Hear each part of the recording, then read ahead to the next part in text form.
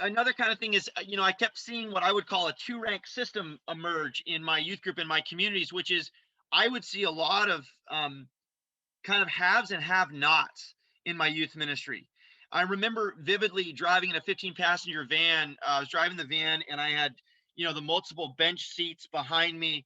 And on one bench seat, I've got these four kids who, I know are kind of living hand to mouth. One of them doesn't have any running water where they live, and on the next bench seat behind them, I've got four other students uh, just wringing their hands about their class ranking and grades and what college they're going to get into. And I just thought, man, how does youth group hold these kinds of very different students together in one place? And I wasn't sure that it did.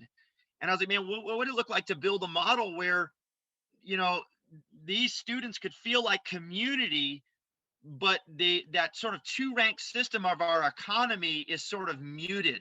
Could I create a more equal grounding for them as we went about it? And so there's this sort of emerging two class society maybe started to bother me a little bit.